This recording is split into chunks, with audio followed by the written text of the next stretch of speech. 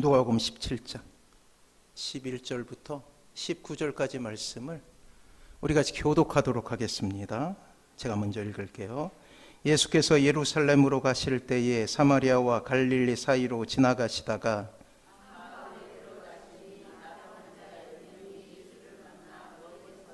소리를 높여 이르되 예수 선생님이여 우리를 불쌍히 여기소서 하거늘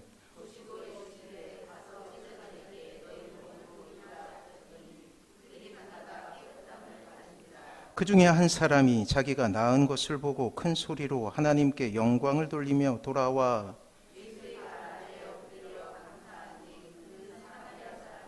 예수께서 대답하여 이르시되 10사람이 다 깨끗함을 받지 아니하였느냐 그 9은 어디 있느냐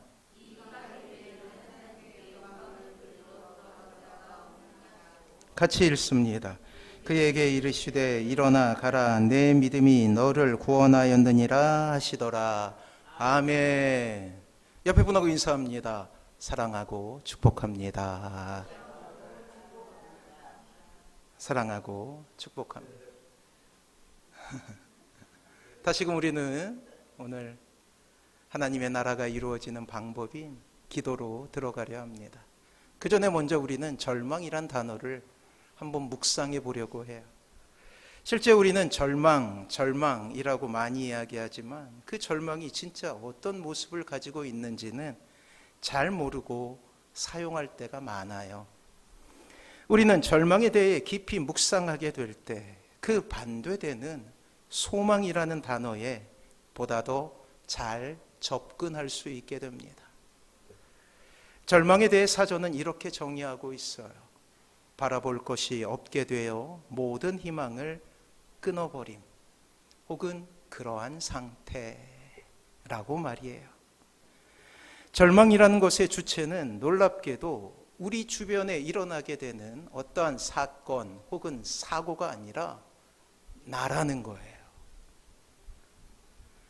누군가를 바라볼 것이 없게 되었을 때 스스로 모든 희망을 끊어버리는 상황을 절망이라고 부르는 거예요.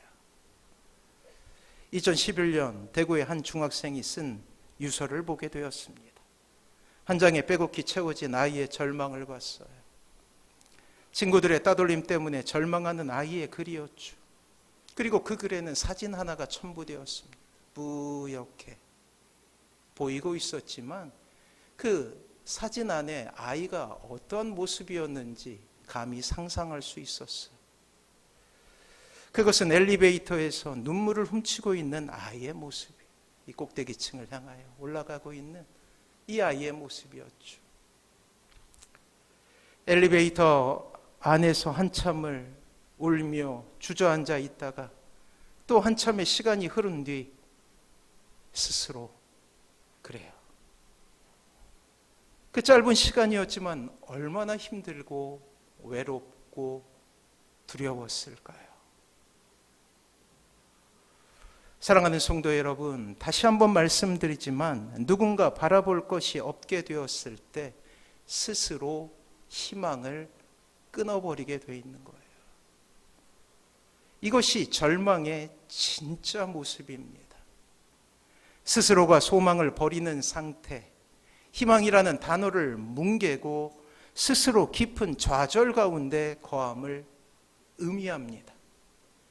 문제의 원인이 우리를 둘러싸고 있는 환경에 있는 줄 알았더니 진짜 문제의 원인은 그 어떤 상황을 바라보고 해석하는 나 혹은 자아에 있다라는 사실이에요. 실제로 이 세상에서 일어나고 있는 일들을 향한 사람들의 대응을 보면 잘 알 수 있게 됩니다. 어떤 사람은 어떤 상황에 처했을 때 헤어나오지 못하는 깊은 절망의 심연에서 헤매고 있는 모습을 보이고 있느냐 하면 또 이와 반대로 어떤 사람은 똑같은 절망의 상황 속에서도 희망을 바라보며 그 모든 절망의 상황을 극복하기 위해 최선을 다하고 또 의연하게 그 모든 절망을 이겨내는 모습을 보여주고 있습니다. 한창 유행했던 단어가 있죠. 그것은 바로 회복 탄성력이라는 단어예요. 어려움에 처했다가 얼마나 회복에 가까이 갈 수 있느냐, 저마다 개인마다 다르다라는 거예요. 그렇습니다. 여기서 우리는 절망을 이겨내는 한 가지 중요한 진리를 발견할 수 있게 돼요. 절망 그 자체의 단어로 말미암아 우리는 그 절망에서 이기는 방법을 찾게 된다라는 것이죠. 실제로 우리가 어려움에 처하게 되었을 때 그 모든 상황이 절망에서 희망으로 돌이키기까지는 상당히 많은 시간과 노력을 요하게 됩니다. 때로 그 모든 상황이 호전되는 것을 본다는 것은 참으로 어려운 일이라 할 수 있을 거예요. 그렇다면 우리가 이 땅에서 절망을 이길 수 있는 가장 효과적인 방법은 무엇일까요? 다시금 우리는 절망이라는 사전적인 정의로 들어가야 그 실마리가 보이게 된다라는 사실이에요. 자, 절망은 바라볼 것이 없게 되어 모든 희망을 끊어버림 혹은 그런 상태라고 말씀드렸어요. 그렇습니다. 절망을 이겨낼 수 있는 가장 중요한 방법은 무엇이냐면 무엇인가 바라보는 거예요. 더 정확히 스스로 모든 희망을 끊어버리지 않기 위해 희망의 이유가 되시는 하나님을 바라보게 되는 것입니다.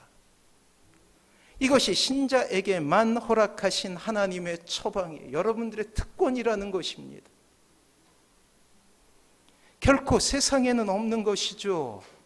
절망의 시간에 하나님의 도우심을 바라는 신자는 일정한 방법을 통해 하나님의 도우심을 얻게 되는데, 절망에서 희망으로 바뀌는 그 과정 속에 일어나는 것이 하나님을 바라보는 거예요. 자, 하나님을 바라본다 하는 구체적인 행위가 있는데 그것이 무엇이냐면 기도가 되는 거예요. 기도는 또 다르게 정의를 하자면 하나님을 바라보는 거예요. 문제는 신자의 기도에 대한 하나님의 응답이 항상 동일하지 않는 것에 있어요. 하나님은 단순히 신자의 기도에 예스만을 하시지는 않아요. 때로 노라고 말씀하실 때가 있어요. 때로는 기다려라고 말씀하실 때도 있어요. 문제는 뒤에 두 가지를 기도의 응답이라고 생각하지 못할 때가 있다라는 사실이죠. 때문에 절망의 때에 신자들의 기도에 대한 하나님의 응답의 방법들을 배울 필요가 있다라는 사실이에요.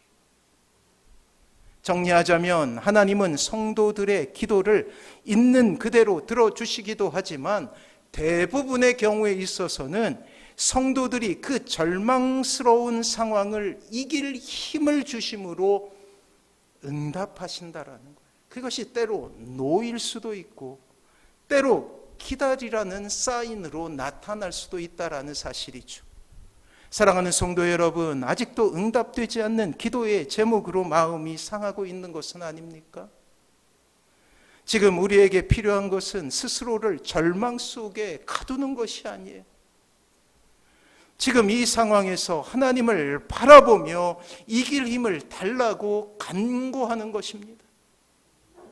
이 아침 이러한 열심으로 우리의 마음이 가득 차게 될 때 비로소 우리는 하나님의 평안이라는 정서 가운데서 놀라운 행복을 경험하게 되는 거예요. 그렇습니다. 하나님을 바라보게 될 때 여전히 어려움은 있지만 하나님의 감정인 평안이 놀랍게도 여러분과 여러분들의 삶을 지배하게 된다라는 사실이에요. 왜 우리가 절망하느냐? 평안이라는 정서가 사라졌기 때문이라는 거예요. 우리는 하나님의 시선으로 우리의 고난을 해석할 수 있게 될 것입니다. 그러면 승리하게 된 거예요.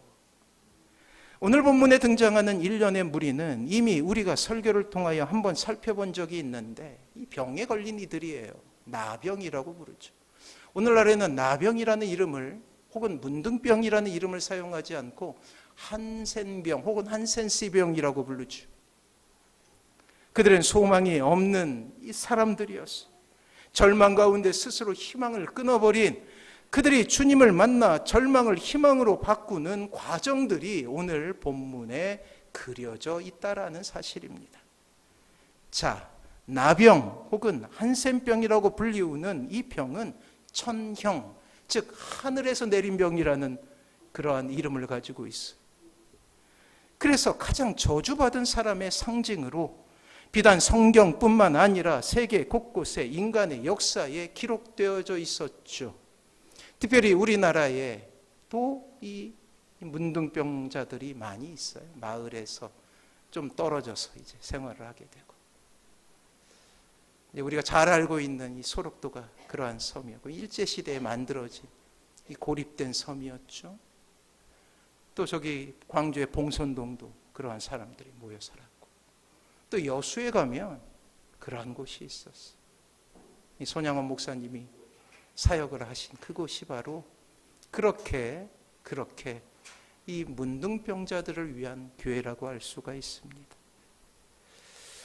여수에 가서 그림 하나를, 사진 하나를 보게 되었는데, 어떠한 그림이었냐면, 어떠한 사진이었냐면, 강제적으로 이제 이 한센병에 걸린 사람들은 가족들과 떨어지게 됩니다. 결혼을 하고 아이가 있어도 강제적으로 떨어지게 됩니다. 어떤 사람은 소록도에 가고 또 어떤 사람은 여수로 가게 되는 거예요. 그래서 여수에 있는 병원들이 피부과가 아주 잘하는 이유는 바로 그것 때문에. 어떤 사진을 보게 되었냐면, 이 개천 하나, 한 10m 정도 될까요? 개천 하나를 두고 수많은 사람들이 그곳에 줄지어 있는 모습을 보게 되었어요. 그게 무슨 장면이냐면 1년에 한 번 혹은 두 번 가족과 만날 수 있는 시간이에요. 서로 만나지는 못하고 이 개천을 사이에 두고 안부를 묻는 거예요. 그러니 얼마나 고통스러웠겠어요. 1년 내내 그날을 기다리지만 겨우 강 건너에 있는 가족들을 볼 뿐이었다라는 사실. 레위기 13장에 의하면 제사장은 부정한 자로 그들을 선언합니다. 그들이 경험하게 되었던 것은 사회적인 고립뿐만 아니라 종교적인 고립이었어요.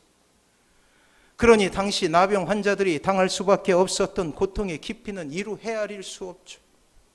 병에 걸리게 되면 그 사람은 그동안 누려왔던 삶의 모든 것을 빼앗기게 됩니다.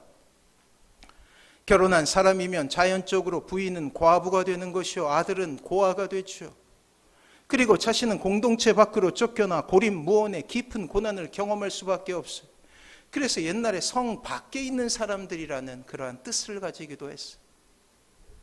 한 가족의 삶이 무참히 무너지게 됩니다. 지나가다 사람을 만나게 되면 피해야죠. 그들의 행위가 아니라 그들의 존재가 모든 사람의 위협이 되고 본인에게는 혐오라는 고통을, 그리고 종교적으로는 하나님께로부터 버림받았다라는 굴레를 가지게 된 거예요. 죄수 안에 희망마저 무너진 짐승과도 방불한 삶을 살아갈 수밖에 없어요. 육체는 서서히 무너져가게 됩니다. 얼굴이 기형으로 일그러지고 신경이 죽어버리기에 사지는 썩어가게 돼요. 그리고 고통을 느끼지는 못하는데 이 피가 통하지 않으니 손가락이 절단당하게 되고, 심지어 어떤 사람들이 이제 나이가 먹게 되면 이제 눈알이 뽑히게 되는 거예요. 그래서 환자들을 보면 눈알이 움푹 패여 있어요.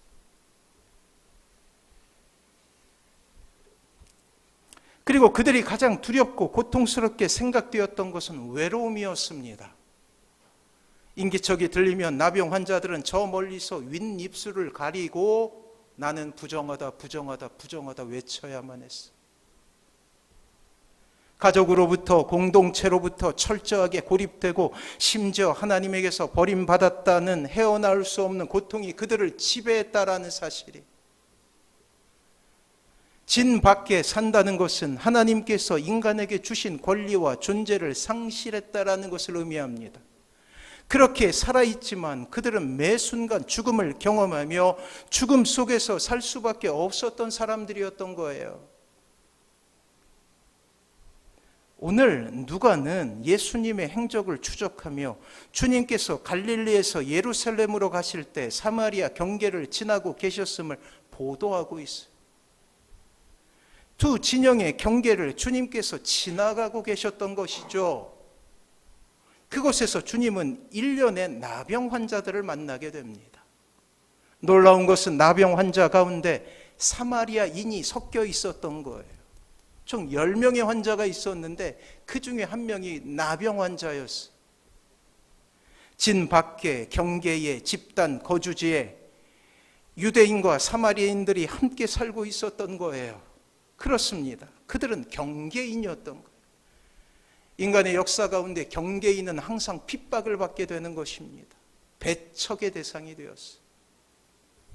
어느 곳에도 속할 수 없는 고통의 순간들이 그들이 머물 수 있는 유일한 장소, 그곳에서 핍박받고 절망하고 그러다가 죽어가는 것이 그들의 모습이었다라는 사실이에요. 그런데 그들에게 주님이 그곳을 지나가신다는 소식이 들려집니다. 주님에 대해 어떻게 알게 되었는지는 모르지만 그들의 인생에 있어 일생일대의 기회를 얻게 된 것이죠. 스스로 주님께서 그 경계에 찾아오셨기 때문에. 이런 경우가 아니면 나병 환자 자신이 진 안으로 들어가 예수님을 만나 치유함을 경험하는 것은 거의 불가능한 일이었죠. 그런데 주님께서 찾아오신 거예요. 그리고 그들은 처절하게 주님의 이름을 부르기 시작합니다. 자, 13절 우리 같이 한번 읽어볼까요? 시작.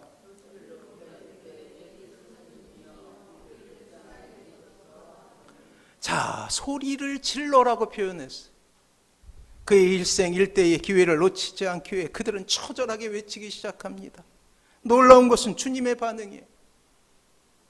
자, 14절 같이 한번 읽어볼까요? 시작. 보시고 이르시되 가서 제사장들에게 너희 몸을 보이라 하셨더니 그들이 가다가 깨끗함을 받은지라. 아멘. 어떤 일이 일어나요? 우리를 불쌍히 여기소서. 그런데 치유함이 일어난 거예요. 주님은 그들의 외침, 우리를 불쌍히 여기소서라는 이 단순한 고백을 받으시고 치료하기로 작정하시며 당시 관습대로 제사장에 가서 나병에 대한 점검을 받으라고 말씀하십니다. 아니, 이미 치유됨을 이야기하시며 제사장에게 보내시는 거예요. 당시에는 누가 그 나병의 그 진단을 내렸냐면 제사장이 했거든요. 놀랍게도 그들은 그들 자신도 알지 못하는 사이에 가다가 깨끗함을 받는 은혜를 누리게 된 거예요.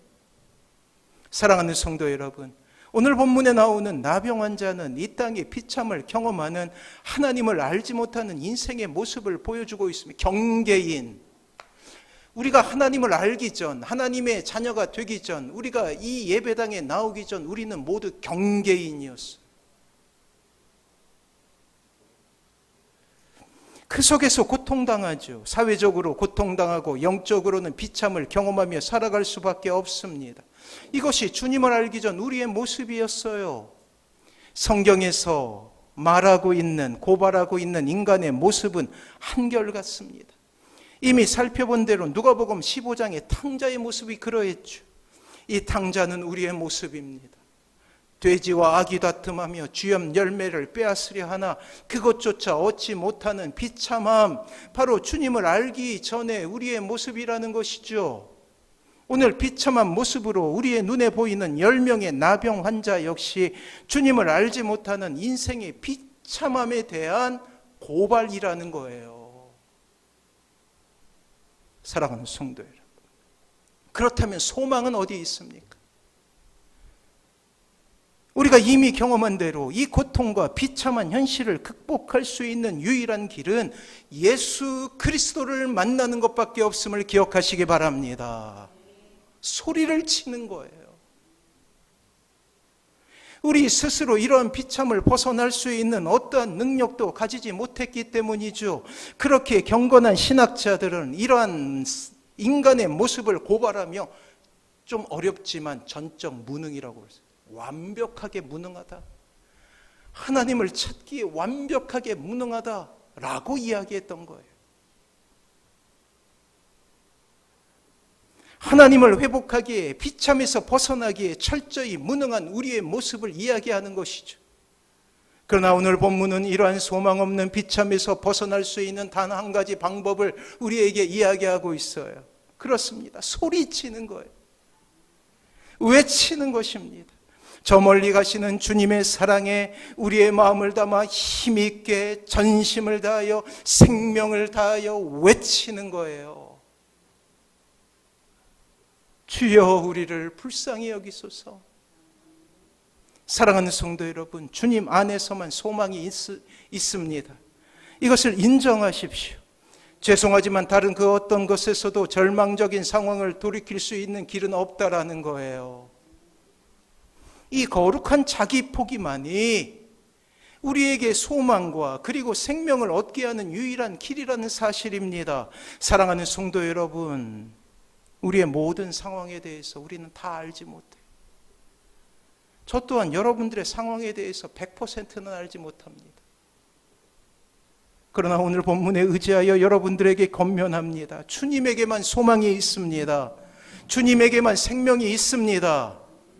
이 아침 주님만을 바라보며 하나님의 놀라운 은혜 가운데 거하시는 사랑하는 모든 성도님들 되시길 바랍니다. 자, 열병의 나병 환자들은 제사장을 찾아가는 그 길 가운데 치유함을 얻게 되었어요. 느끼게 된 것이죠. 성경은 사마리아인 나병 환자가 나았음을 보도하고 있기에 우리는 나머지 9명도 치유함을 받았으리라 미루어 짐작할 수 있게 됩니다. 그런데 문제가 생겨요. 치유함을 경험한 10명의 사람들 중에 그 중에 한 명만 돌아오게 된다라는 거예요. 사마리아인만 돌아와요.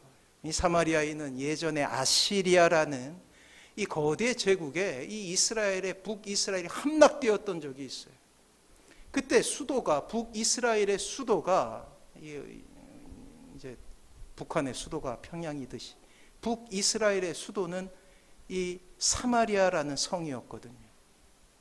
그 사마리아 성에 어떠한 정책을 벌이냐, 혼혈 정책을 벌이죠.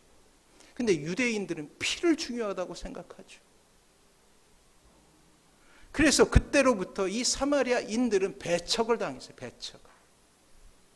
그래서 유대 사람들이 길을 가게 될 때 이 사마리아 땅을 피해서 다닌, 근데 그곳에 주님께서 들어가시게 된다라는 거예요.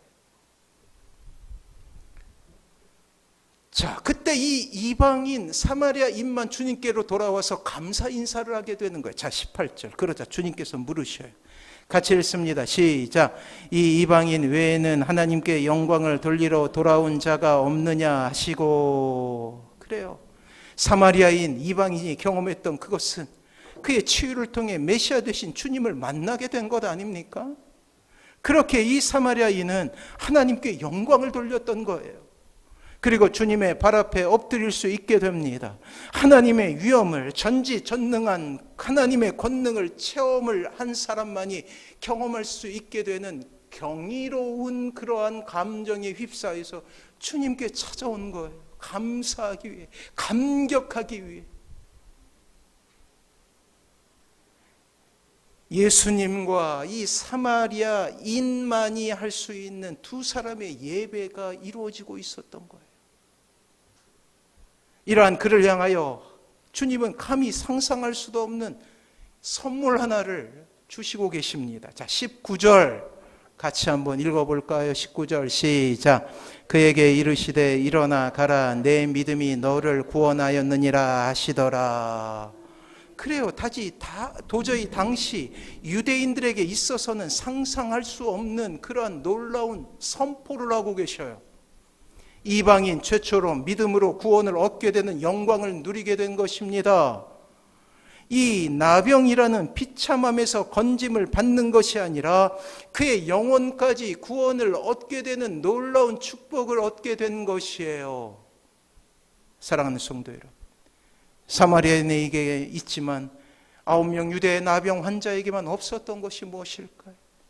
똑같이 치유를 경험했지만 누구는 그 영혼까지, 그리고 성경을 통해 지금까지 칭찬을 받는가 하면 육신의 치유를 받고 자유함을 얻었지만 주님의 책망 가운데서 그 영혼의 구원까지는 이르지 못했던 그러한 유대인의 차이는 무엇이냔 말이에요. 우리말에 염치라는 말이 있어요. 염치. 이 염치는 결백하고 정직하며 부끄러움을 아는 마음이란 뜻을 가지고 있습니다. 사람은 염치를 가지고 있어요. 근데 염치가 없었던 거예요. 유대인 9명에는 없고 사마리아 나병 환자에게 있었던 것이 바로 염치였던 것입니다.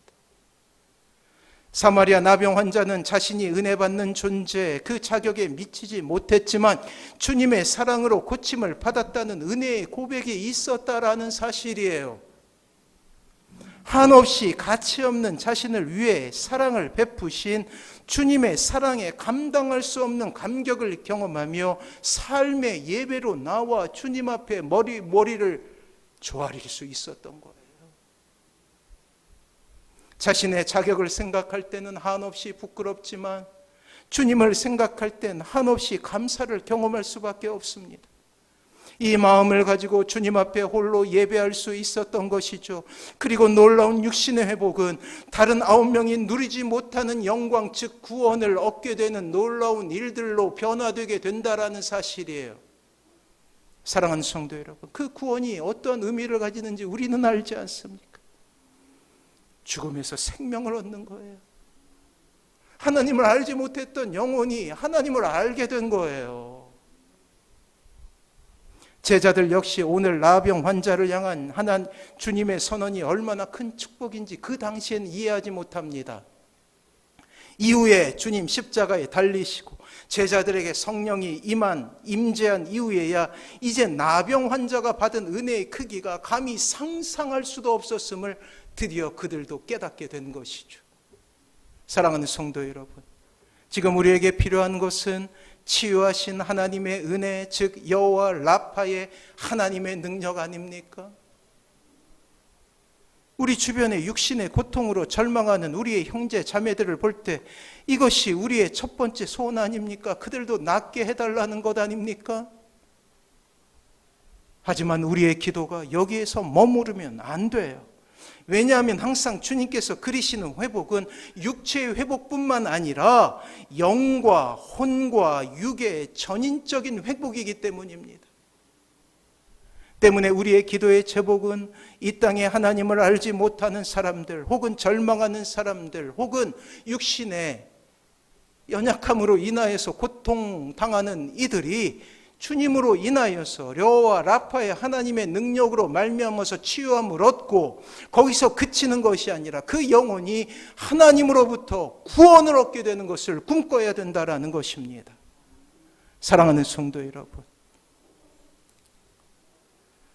이렇게 할 때 이길 수 있는 담대함이 생기는 것, 그리고 그 모든 상황을 하나님 안에서 해석할 수 있게 되는 것입니다.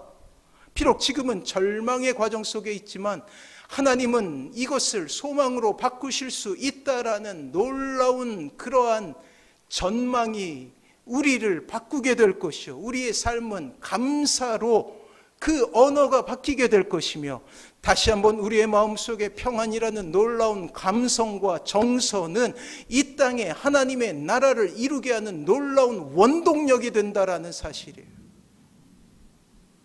들리지 않습니까? 천둥 소리. 하나님께서 말씀하시는 거예요.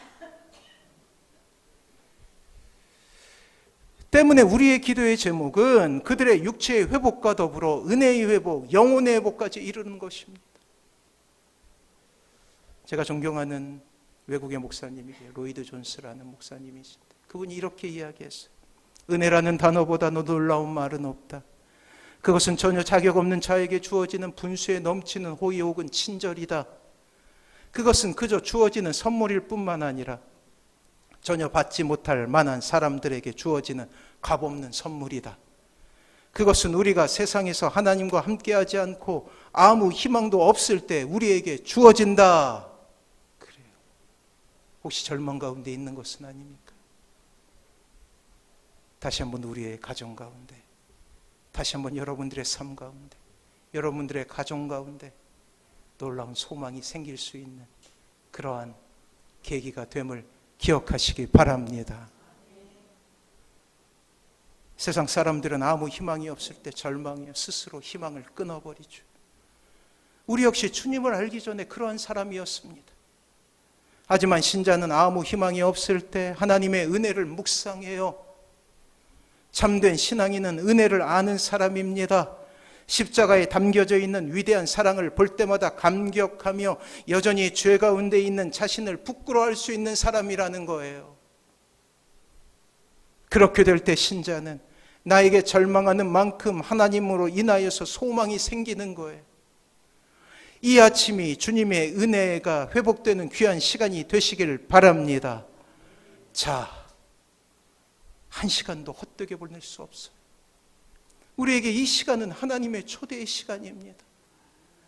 하나님 제일주의로 살아가십시오. 예배에 목숨을 거십시오. 언제 주님께서 오실지 몰라요. 말세라는 시간을 살고 있는 우리에게 언제 주님께서 오실지 모릅니다.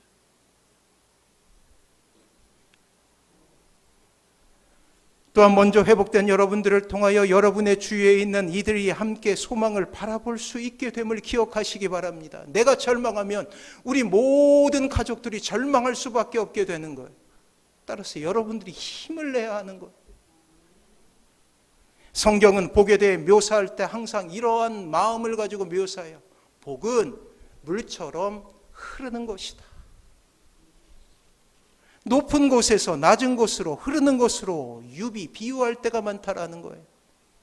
놀라운 것은 희망, 소망, 은혜, 비전이라는 이 긍정적인 단어들은 이 거룩한 전염력이 있어요. 나를 통해 누군가 하나님 안에서 소망을 누리게 된다라는 놀라운 일들을 이야기한다라는 거예요. 하지만 반대로 절망, 불신, 두려운, 염려라는 세상의 단어 역시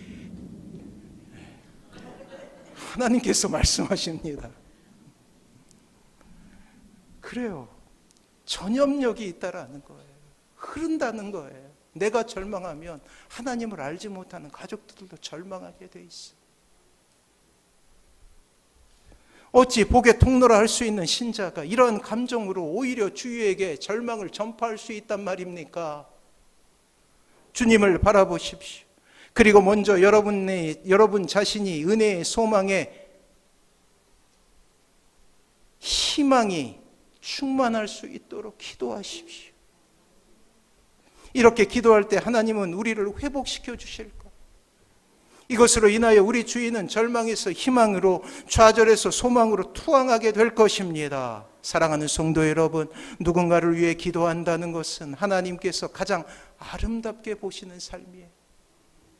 누군가를 위해 기도한다는 것은 하나님께서 가장 귀하게 여기시는 삶입니다. 아직도 주님을 알지 못하는 그 가족들을 위해서 기도하십시오. 절망에 빠진 우리 형제, 자매, 동료, 크리스찬들을 위해서 기도하십시오. 우리가 그렇게도 꿈꾸는 하나님의 나라는 기도로 세워지는 나라예요. 은혜의 보좌로 나아가십시오. 그곳에 하나님께서 우리를 기다리고 계십니다. 이 놀라운 은혜 가운데 서시는 사랑하는 모든 성도님들 되시기를 주님의 이름으로 축원합니다. 하나님께서 그렇게 하나님의 나라를 이루십니다. 우리 같이 찬양하죠. 꽃들도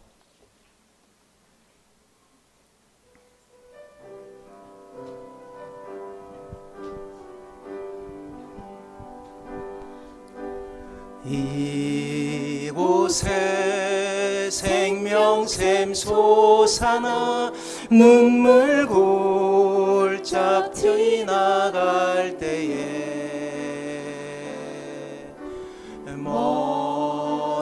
머자나 열매 맺히고 웃음소리 넘쳐나리라. 꽃들도 구름도 바람도 넓은 바다도 찬양하라 찬양하라 예수를. 하늘을 울리며 노래해 나의 영혼아. 은혜의 주 은혜의 주 은혜의 주. 그날에